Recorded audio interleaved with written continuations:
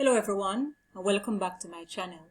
Today I'll be doing a video on database management, looking at the theory aspects to this topic, as I have done various videos already that looks at the practical portions of this application software.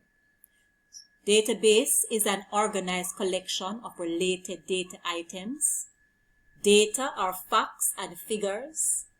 And when facts and figures are organized and stored in a useful way, they become useful information.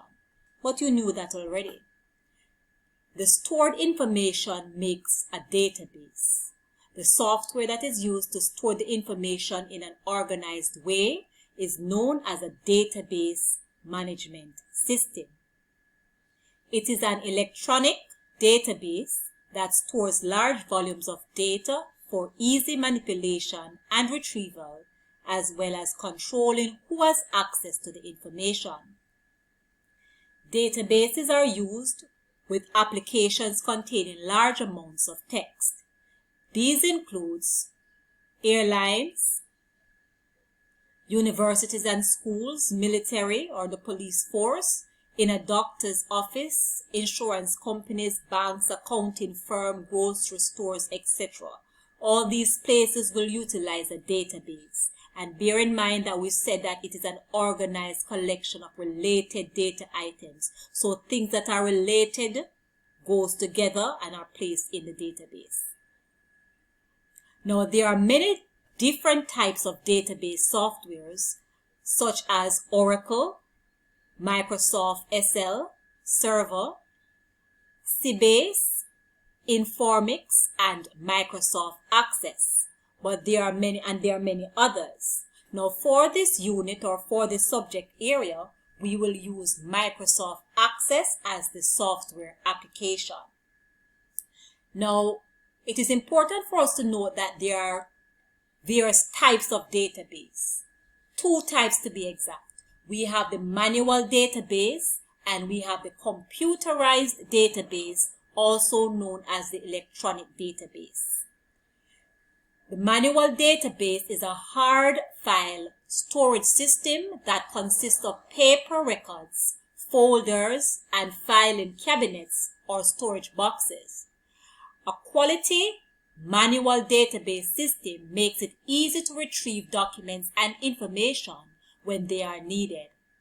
Another term for a manual database is a document management system. And that is a unit that we would have looked at already. Now, what are the advantages of the manual database? It is cheaper, right? Cheaper than the computerized. It can hold a vast amount of data. It doesn't consume a lot of electricity. And it can't be deleted easily.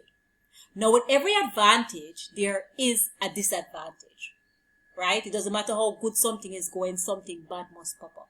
And so we have disadvantages to the manual database. It says here that it is limited by physical storage space that is available. It can take a while to manually search through all the records to find exactly what it is that you're searching for. It is difficult to search for a specific criteria. Every record would have to be manually looked at. Alright, so when you're searching for something, you have to scan through everything if you don't know exactly what it is that you're trying to find. It is very difficult to analyze the data. It is difficult to sort the data on more than one criteria. Changes have to be made manually. Records can look messy if scribbled out. Records can be lost or misfiled, making it hard to find them. The only security would be locked up, right? The only security would be to lock up the records. All right, close the filing cabinets, use with a key. All right, and finally it says that it consumes a lot of time.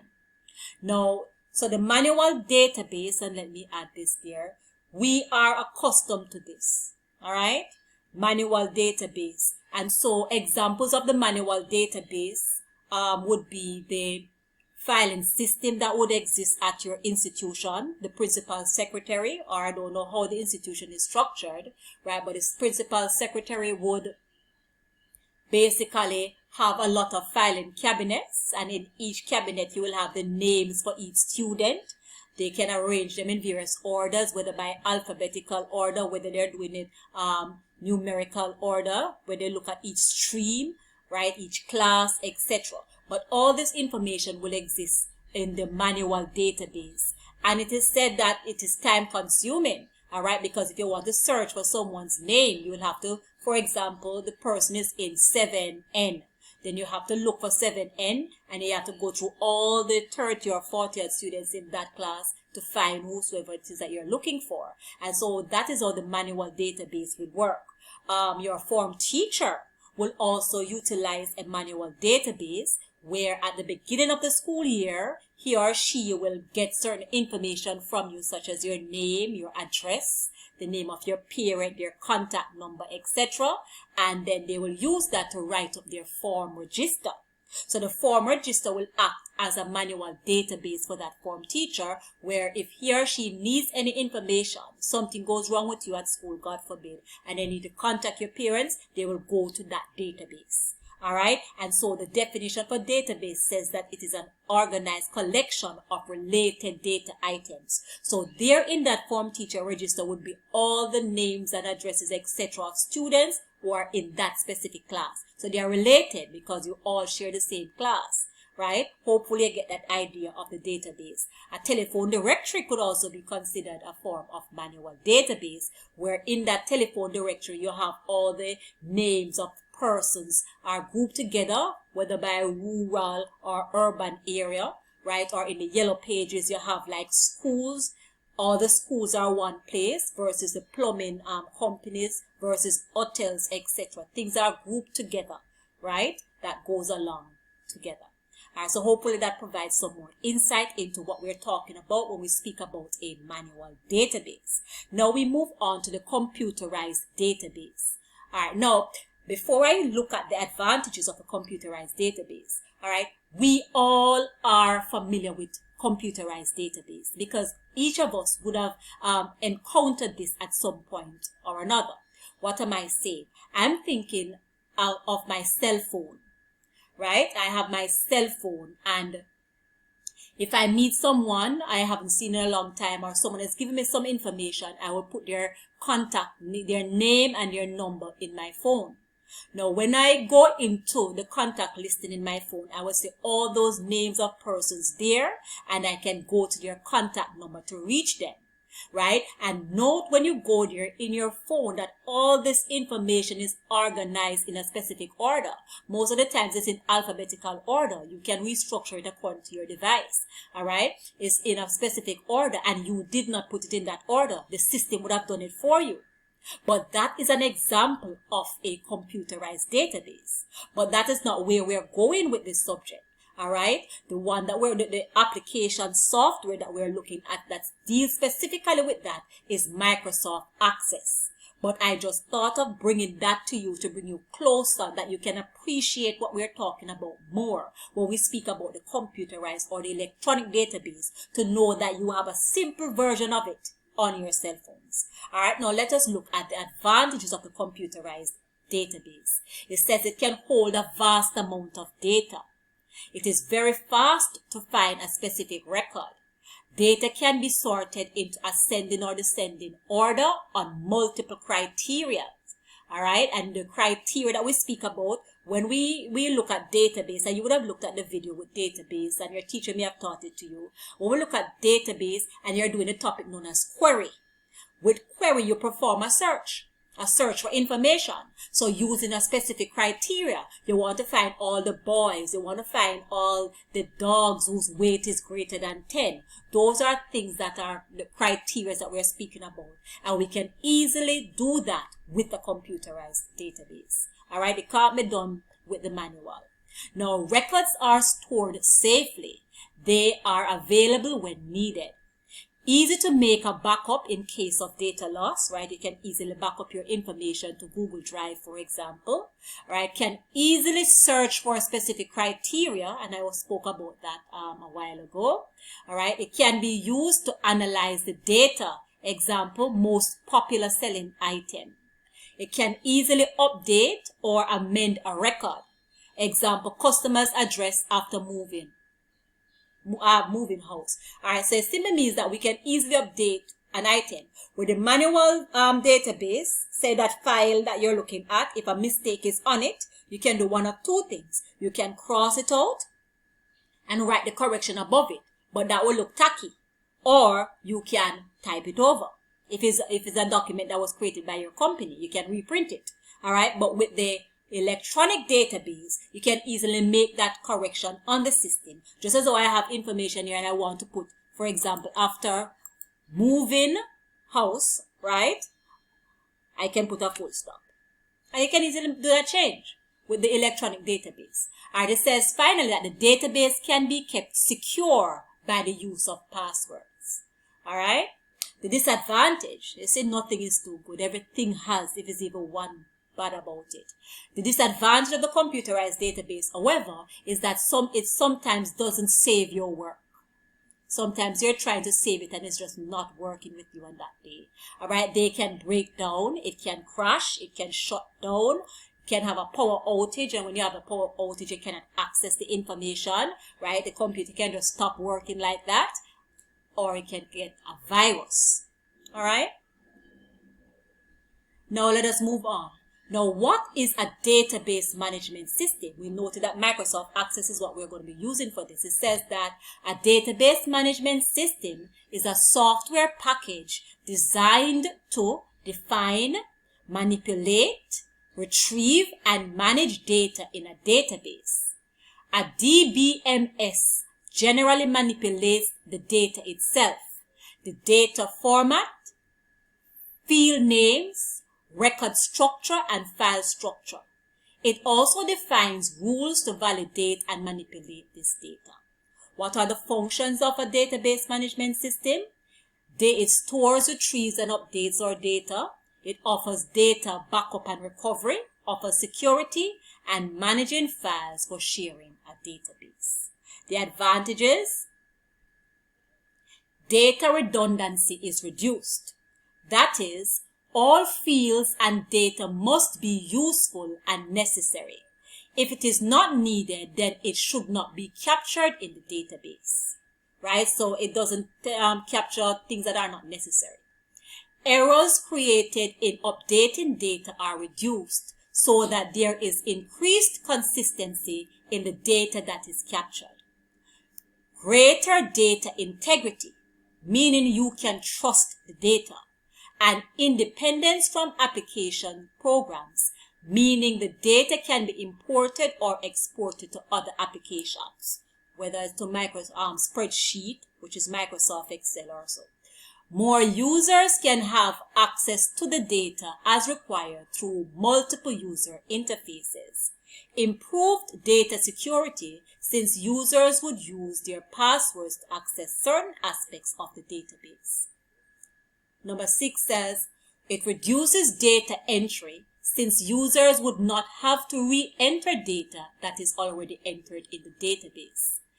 Reduced storage, so no more stacks of filing cabinets as storage is reduced.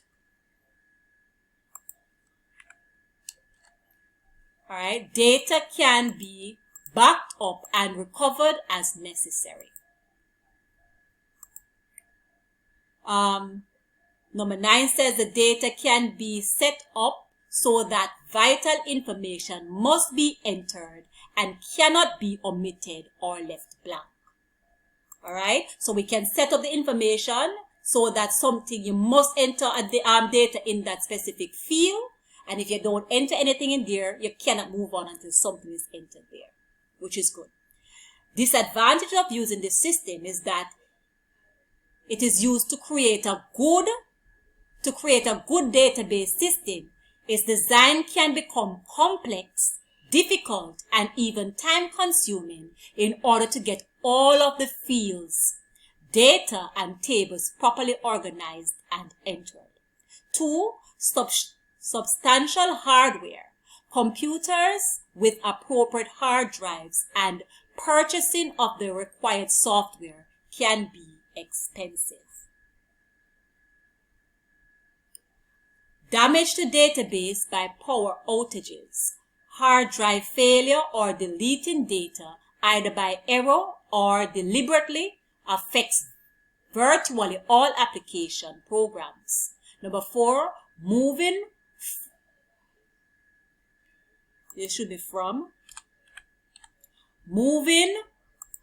from a traditional based system like index card to a database system can be time consuming and costly. And finally, all users of the database management system should have some initial training.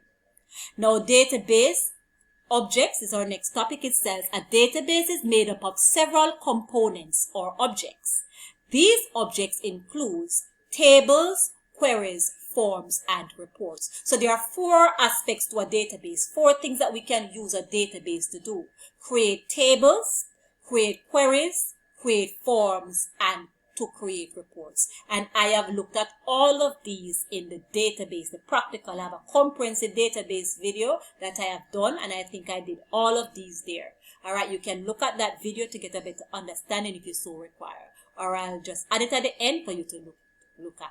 But I'll touch each of these here in this video. Parts of a database. A database system consists of a number of related files or relations, more commonly called tables. The data in the table resembles a spreadsheet. However, databases have extra useful functions which spreadsheets do not have. Look at this example. A library database might have a table like this in it. So we have book code, title, author, surname, and category. Now, each row of the table shows the information about a different book. All right, and row goes across.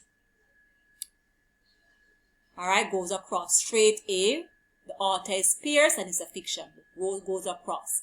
Now, this is called a record. So the rows in a database, we call them rows in spreadsheet, but in a database, we call them records. This is called a record. In general, each record in a database appears as a new row of the table. A record is all of the information about a particular thing or person. It consists of a group of related fields. So the example database has 3 records. Let us go back. So it has 3 records. 1, 2, 3. So 3 rows, 3 records. All right. And the one that is highlighted here gives you all the information about that specific book. So the code is 0122. The title of it is Just Do It. The author is Guy and it is a fiction book. So that is a record. All right. Let's move on. Now, each column of the database shows one item of information, such as title or author, surname, etc. Now, this is called a field. In general, each field in a database appears as a column of the table, and each field as a field name. And this is shown at the top of the column. The example has 4 fields in it. So let's go. So every cell, we will call them cell in spreadsheet, is a field. We call it field. All right? And the heading for the fields, the heading for the columns, right, we call it field names. So this field name tells us what the fields are for this. So this field name is book code. So all the fields below it are codes that speak to that heading. This field name is title. And everything here, all the fields below it speaks to that. Surname, every field speaks to that. All right? Hopefully that is clear. Now, how do we create access tables? You can create a table using one of the following methods. Now, we have 2 views in Microsoft Access. We have the design view and we have the datasheet view. So we look at the design view first. Now, this method enables you to create a table from scratch. From here, you can enter fields, data types and descriptions into your database table. The database is designed using fields. So we have field names, and the field name identifies the data that is stored in the field. So a while ago when we were looking at the example, we look at title, and that is a field name, and on the title you have all the titles for the various books. You have the author's surname, which is a field name, and then below that you have all the names for the various authors. Alright? Then we have data type, also known as field type. And this determines what operation can be performed with the data, such as text, number, or date.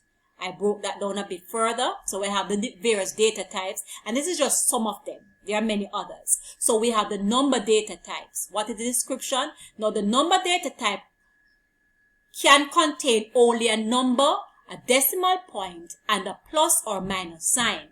The number data type can be used in calculations. So numbers that are used in calculations, or things that are used in calculations, we store them as a number data type.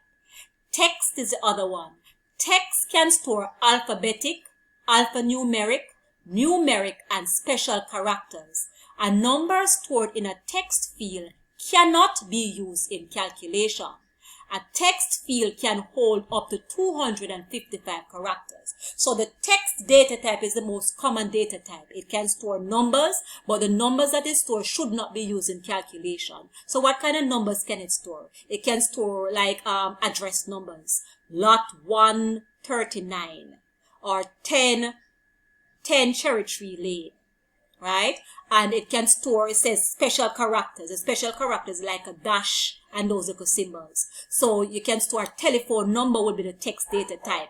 If it is you're saying 984-2111, that is a text data type. All right? And you understand the rest. Then we have another known as date or time. Now, date and time, or date or time, holds one of several different formats of date and or time. So you can be date, meaning the month, day, year, or time, 2 o'clock, 3 o'clock, right? So that's what it speaks to. Then we have currency. Now, currency is used to store currency values. This data type prevents rounding off during calculation. So currency figures, money.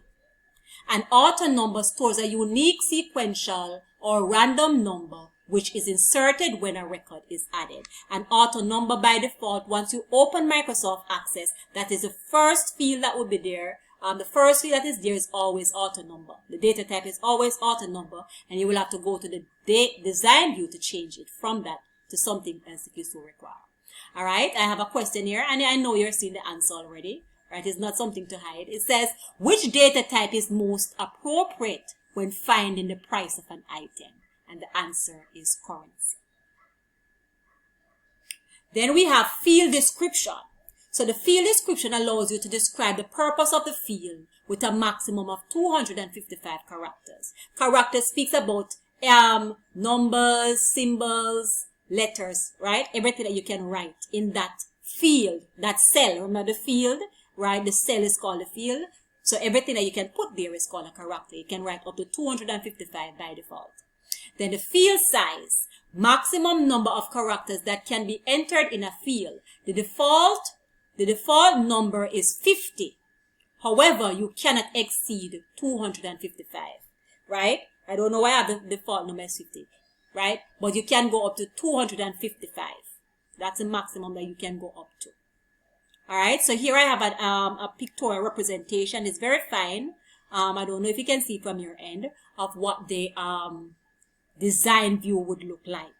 All right, so we have the field name, we have the data type, and we have the description. So the field name, pet ID, the data type tells you that this is text, and I have a description here that the description will tell you what the data type pet name is about. So the description says this is the unique ID number for each pet. All right, and I could have written all description for all of these field names, but I didn't think that was necessary. All right, and then going down, we have the field size 3. So it simply means that the pet ID cannot exceed 3 characters. So I cannot type, so the ID may be 1, 2, 3, or I may say PI1. I cannot do four characters. And you'll also see this evident when you're storing names in your cell phones. All right, you cannot store a certain amount. Names cannot have a certain amount of character. Maybe the phone will go up to the most 10, and once it's 11, you cannot go. You can try it and see if it works. All right, so this is what the design view would look like. Now let us move to the datasheet view. Now you can enter data into the datasheet grid, which consists of rows and columns labeled Field 1, Field 2, Field 3, etc. So once you open Microsoft Access, it automatically opens into the datasheet view, and you will see Field 1, Field 2 there, etc. Now Access, which is Microsoft Access, will determine the data type based on the data you enter. So you can indeed start your typing right there without going to the design view. All right, and based on what you're typing in that field, Microsoft Access will try to decipher the data type for you. Now, please note the table shown in the figure below. The fields, which are the columns, appear across the top of the window, and the rows or records appear below. Now, this view is similar to how a spreadsheet would be designed, but note also that the fields are the field names that were entered in the design view above. All right, so let us quickly go back to the design view. Pet name, pet ID, pet type, pet weight, and owner ID. So these are the field names. Once we go to the datasheet view, they will now form the heading of the table. Pet ID, so they're going across pet name, pet type, pet weight, and owner ID. So they will form the heading going across, and then all I need to do now is to populate that table with information. All right, so this is how the datasheet view would look. All right, and to the bottom here, it shows us the amount of records that we have, which is 6. And it will say 6, although I have 5 here, because this row, you see it highlighted here, right? The cursor is here for me to start my typing, so that is row 6. Now it says, note at the bottom of the window, the number of records is displayed. In this case, since the table was just created, right, I will just have, it says a blank record appears. That's what the one at the bottom. Now, to add data to the table, simply type in the values for each of the fields or the columns. Press the tab key to move between fields within a record. Use the up and down arrow keys to move between records and enter the and to move between records. All right, let me put, this should be enter. This is a different section. All right. Now the information here, I just have some information. So say for example, you got this information to put in your table, right? So you just populate the database in the datasheet view with this information after you've done these headings in your design view. All right, then you just populate the table with this information. All right, and here I have it. This is the old version of Microsoft Access. All right, but basically this is the information being populated in the table. All right. Now, what are some of the terms associated with database? So we have something known as a database file. Now, a database file is the entire database. So that we call the entire database a database file. Then we have a table. A table is a basic unit of a database and contains data on a specific topic. Tables provide the backbone of any database, as all data in Microsoft Access resides in a table. Access tables are organized as a series of rows and columns, all right, and we call those records. Then we have something known as an entity. An entity is a person, place, or thing, whether tangible or intangible, about which the information may be kept. Whether it's about our students, about music, you can have a database with your favorite music, you know, the artists, the songs, etc. Can be about students, it can be about finance matters, etc. All right, then we have record. Now, a set of data items which are related to a particular entity and are treated as a single unit, right? A collection of these is known as a file. Tables normally have multiple records. A field is an area within a record reserved for one very specific piece of data. And tables normally have multiple fields. And finally, data is the information that is held in the table fields.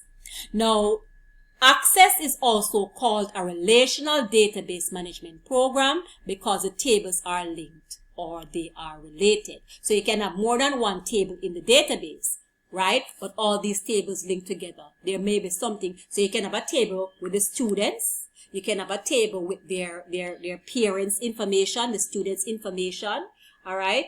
And then those tables can be linked because the students must be linked with their parent, all right? Things like that. Now, types of keys in a database. A key is a field in a table that is used to identify the record in some way.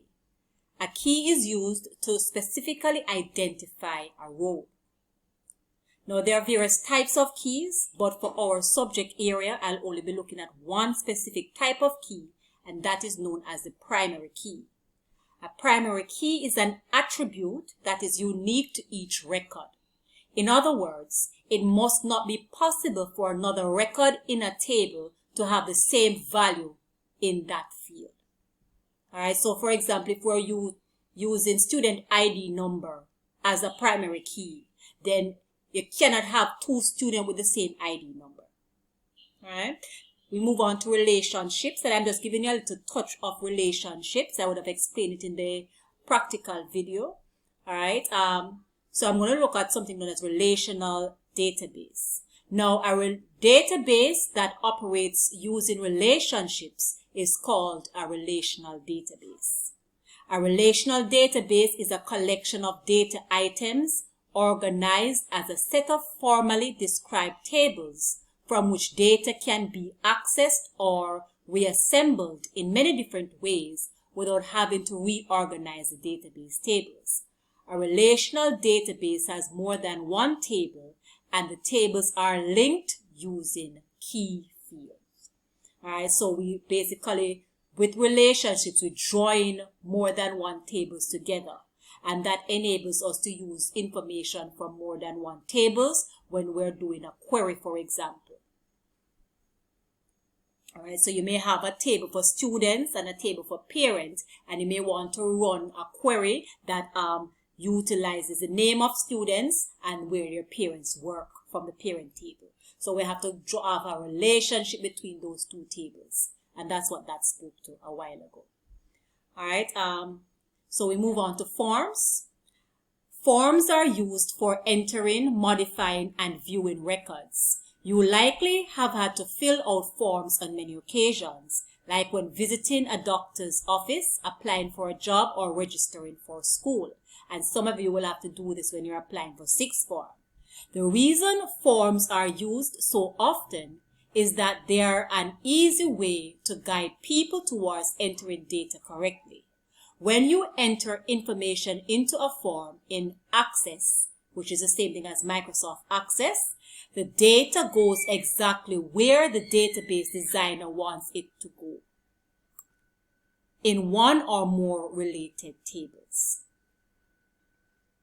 All right, so here I have a form, and it's important to note that you have many designs that can be selected for your forms, colors, etc. But this is just how a form would look. All right, so you have this one has the name, first name, last name, street address, city, email, phone number, etc. of a customer, of various customers. And if you look here with the records, it has 200 customers in the database. Now, forms make entering data easier.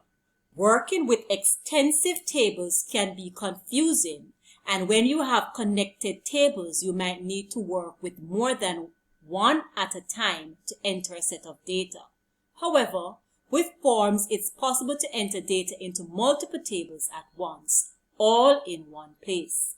Database designers can even set restrictions on individual form components to ensure all of the needed data is entered in the correct format. All in all, forms help keep data consistent and organized, which is essential for an accurate and powerful database.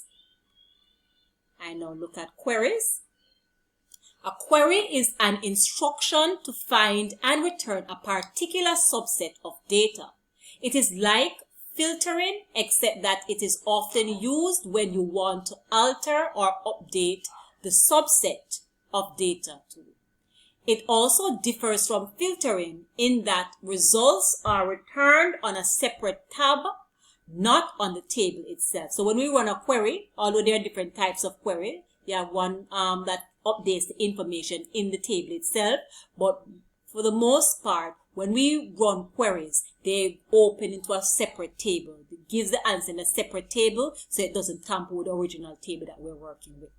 A query is stored as an object that forms part of your database, so you can save it and return to it for editing if you need to. Queries are a way of searching for and compiling data from one or more tables.